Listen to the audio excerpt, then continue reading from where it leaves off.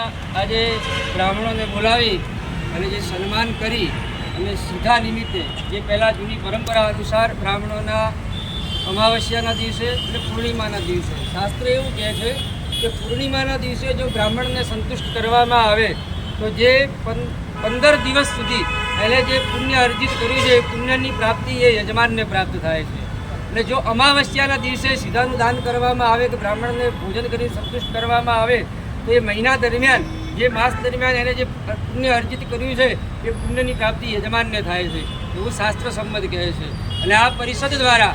જે શુભ કાર્યો કરવા માટે પ્રેરિત થઈ અને આ જે પરંપરાને ફરી એક રીતે જાગૃત કરવા માટે સમાજના અંદર પ્રેરણારૂપ બની છે એ આ પરિષદને ખૂબ ખૂબ ધન્યવાદ છે. અને આ રીતે શુભ કાર્ય કરવા જોઈએ જેથી આપણા સંસ્કૃતિ અને સંસ્કાર બંને ટકી રહે અને આપણું જીવન પણ સુંદર અને શુભમય બની રહે. સત્ય સનાતન ધર્મ